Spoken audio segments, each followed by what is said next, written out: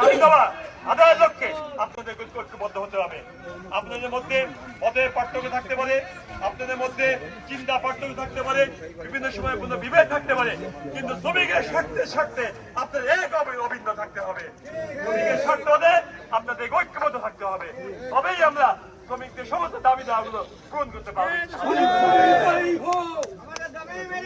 আমাদের টাকা ফেরত দাও, মালিক তুমি জয় হও, মালিক তুমি জয় হও, আমাদের টাকা ফেরত দাও, আমাদের টাকা ফেরত দাও, মালিক তুমি জয় হও, মালিক তুমি জয় হও, আমাদের টাকা ফেরত দাও, লড়াই করে বাঁচতে চাই।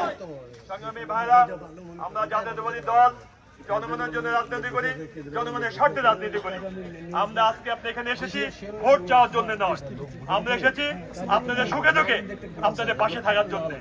আমরা এখন থেকে অতীতে যেভাবে ছিলাম, দীর্ঘদিন আপনারা দেখেছেন শহীদ রাষ্ট্রপতি জিয়াউর রহমান, আমাদের প্রাণপ্রিয় নেত্রী দেশনেত্রী বেগম খালেদা জিয়া এবং দেশনায়ক তারেক রহমান যেভাবে জনগণের পাশে থেকেছেন, তারই নেতা হিসেবে, তারই কর্মী হিসেবে, তারই সৈনিক হিসেবে আজকে আমরা আপনাদের পাশে এসেছি আপনাদের সুখে দুঃখে আপনাদের সাথে থাকার জন্য।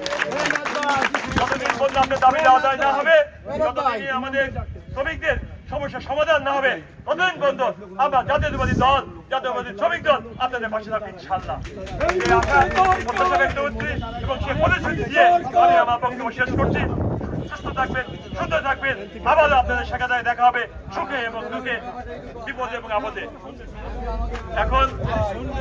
এখন আপনাদের মাঝে আপনাদের প্রতিনিধি হিসাবে যারা বক্তব্য দিতে চান বক্তব্য দিবেন, আপনাদের কথা শুনবো, শুনে আপনাদের কথাগুলো আমরা নিব, নিয়ে আমাদের রাষ্ট্র